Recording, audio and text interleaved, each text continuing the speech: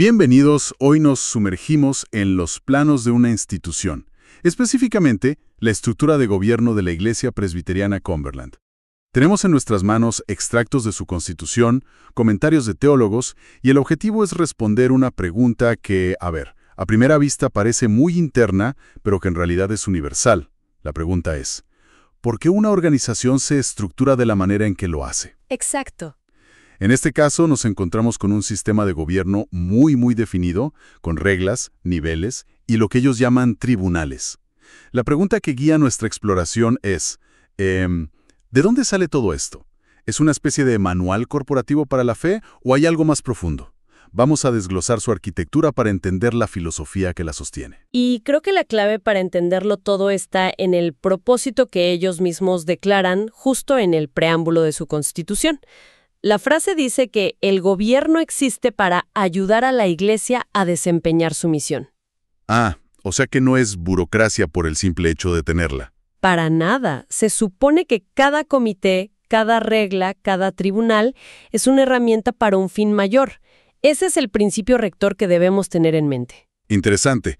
Entonces, el nombre mismo ya nos está dando la clave de toda la estructura. Presbiteriano.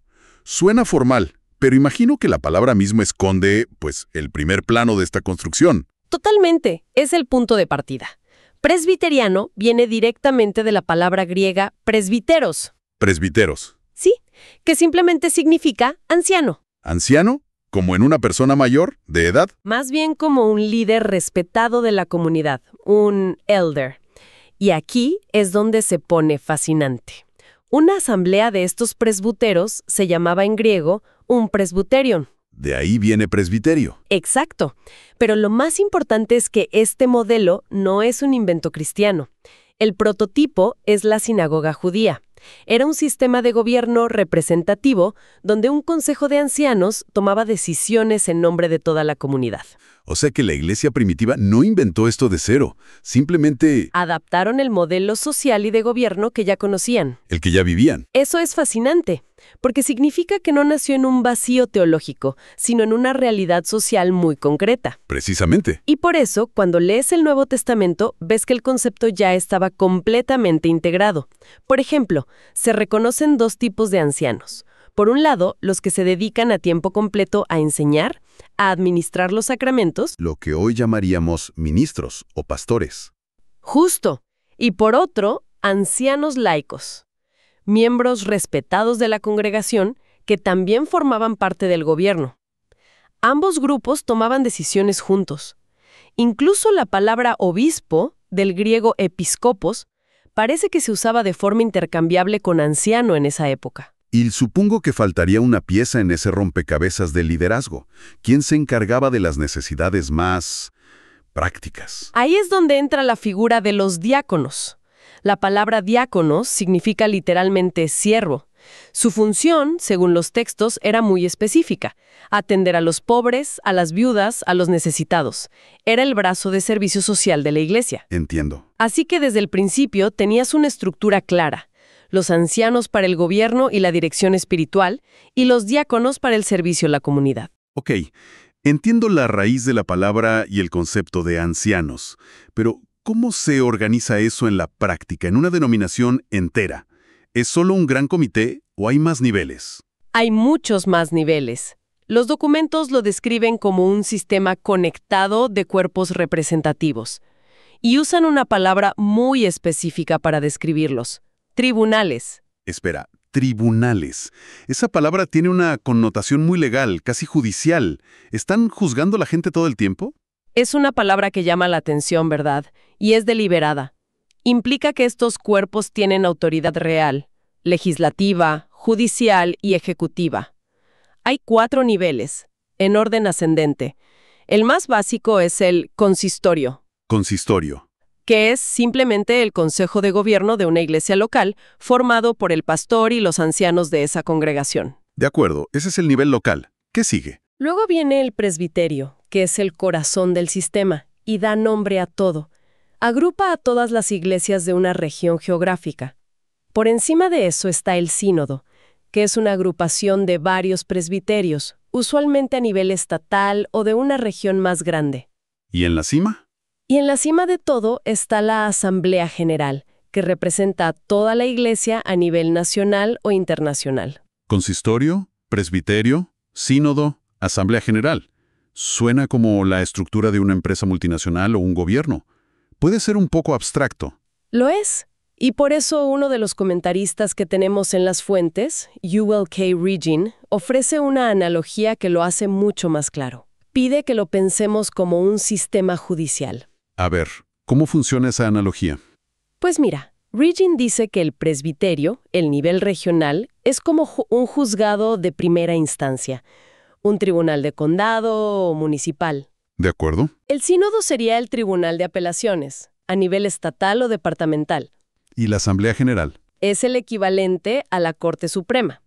Es la última instancia, la que tiene la palabra final y establece las leyes para todos. Esa analogía es increíblemente útil. Aclara por qué usan la palabra tribunal.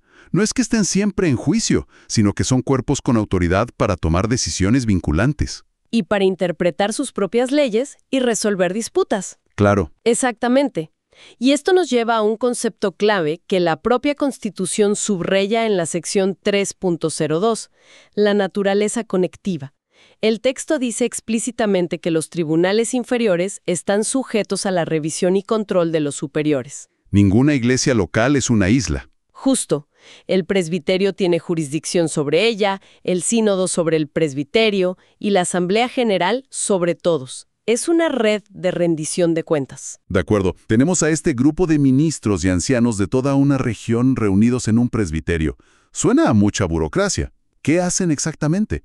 ¿Se dedican a aprobar presupuestos o su poder va más allá? Va mucho, mucho más allá. Y aquí es donde vemos la verdadera función de esta estructura. Sus responsabilidades, según la sección 5.6 de la Constitución, son fundamentalmente de cuidado pastoral, pero a una escala mayor. Dame algunos ejemplos. ¿Qué es lo más importante que hacen? Para empezar, son los guardianes del liderazgo. El presbiterio es el único cuerpo que puede examinar, licenciar y ordenar a nuevos ministros. O sea, son como el colegio de médicos o la barra de abogados, la certificación de calidad, por así decirlo. Precisamente. Son los que deciden quién está apto para el ministerio. Sí. Y de la misma manera, son los únicos que pueden destituirlos o juzgarlos si hay algún problema grave. Pero su autoridad no se limita a los ministros. También supervisan a las iglesias. ¿Cómo? Tienen el poder de revisar las actas de las reuniones de las iglesias locales para asegurarse de que todo se haga en orden. ¿Pueden intervenir si una iglesia local toma una decisión que consideran incorrecta? Sí. Pueden disciplinar a un consistorio entero si es necesario. También son ellos quienes aprueban o disuelven la relación laboral entre un pastor y una iglesia. Si una congregación quiere construir un nuevo edificio, necesita la aprobación del presbiterio. Vaya. Y en casos extremos, tienen la autoridad para unir, dividir o incluso disolver congregaciones. Su poder es enorme. No es solo administrativo. Es un poder real sobre la vida y el futuro de las iglesias y sus líderes. Es un poder muy significativo. Por eso, la Constitución termina la lista de sus deberes con una frase muy amplia y reveladora. Dice que el presbiterio debe ordenar lo que sea necesario para el bienestar de las iglesias bajo su cuidado. Es un mandato pastoral, no solo burocrático. Exacto. Y por eso otro comentarista, Hubert Morrow, afirma que la conexión de una iglesia local con su presbiterio es la más vital. Es ahí donde la naturaleza conectiva se hace real y tangible. Todo esto suena muy bien organizado, muy lógico, casi como el sistema legal de un país. Pero aquí viene la pregunta que un escéptico haría, la que plantea el propio Euler Regin. ¿Y esto de dónde sale? ¿Justifica la Biblia tener presbiterios y sínodos y toda esta estructura jerárquica? ¿O es una invención posterior para mantener el control? Es la pregunta del millón. Y la respuesta que ofrecen estos teólogos, basándose en las Escrituras, es un sí rotundo. El ejemplo que consideran la piedra angular de todo el sistema es el Concilio de Jerusalén, que se narra en el capítulo 15 del libro de los Hechos. Recuerdo la historia, pero no la había visto desde esta perspectiva.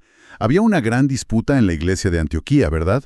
Una disputa que amenazaba con romper la iglesia en dos.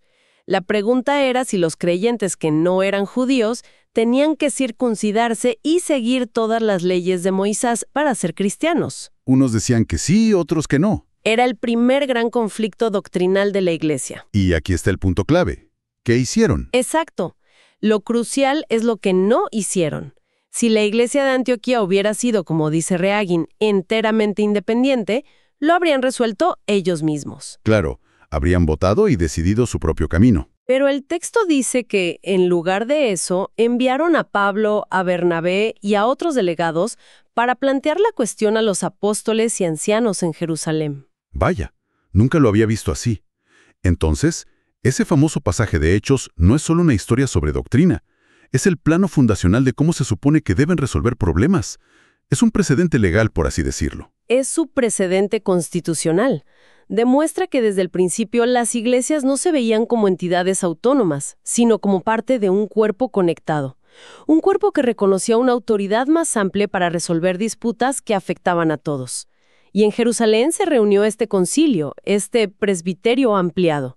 Hubo debate, discursos de Pedro y de Santiago, y al final tomaron una decisión con autoridad. Y no fue solo una recomendación, ¿cierto? Para nada. Redactaron una carta con su veredicto y la enviaron no solo de vuelta a Antioquía, sino a todas las demás iglesias de la región. Esa decisión, recogida en Hechos 15, se convirtió en ley para toda la iglesia. Entiendo. Para los presbiterianos, ese evento es el modelo bíblico en acción, un gobierno representativo, conectado, que delibera y legisla para el bien común de todas las iglesias. Es un argumento poderoso.